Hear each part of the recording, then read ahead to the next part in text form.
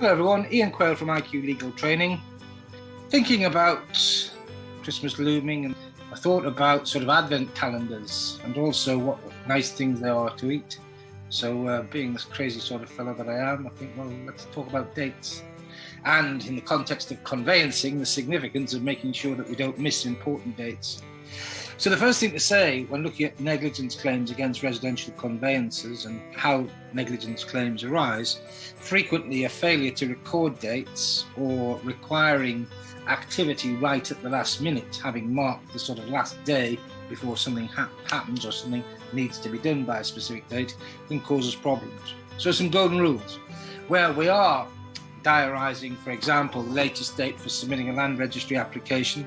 diarising dates for completion or exchanges of contract, then it is good practice to diarise a week before the latest date, so that we're not immediately sort of scrabbling around when we're busy doing other things, panicking on the basis that something needs doing today.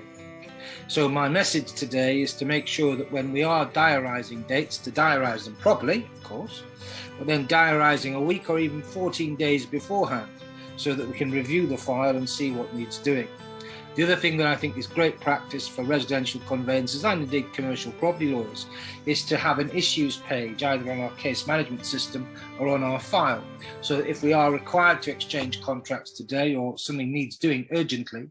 then we can have a look at our issues page to make sure if there are any outstanding issues that they're dealt with. Missing important dates in the conveyancing process causes claims, it causes clients complaints, and it gives conveyancers stress. So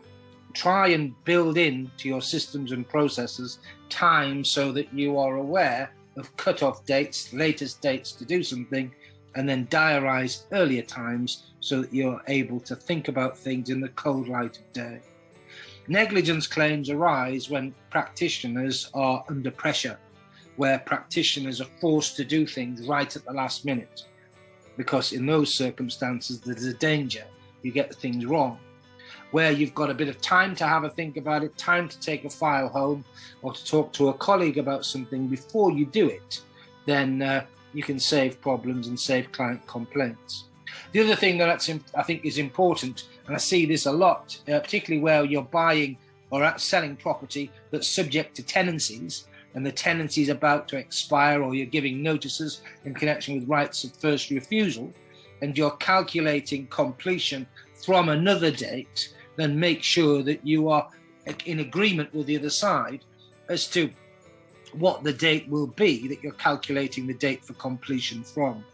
So I'm a great believer in not having completion dates or other dates fixed or calculated by reference to other dates, because we may have a misunderstanding as to when the notice of offer of acquisition on first refusal, for example, where we're selling property that's subject to tenancy,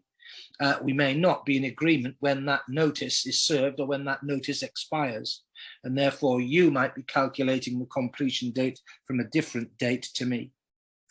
So on that happy note, with regard to the 12 days of Christmas, remember, as far as advent calendars are concerned, it's nice to look at the date and remind ourselves how near Christmas is. For those of you that are older like me, it's nice perhaps to have some dates to eat as we approach Christmas or on Christmas Day itself. But from conveyancers, dates are critical. Making sure that we give ourselves time to react and deal with important dates essential. On that happy note, from IQ Legal Training and myself, Merry Christmas.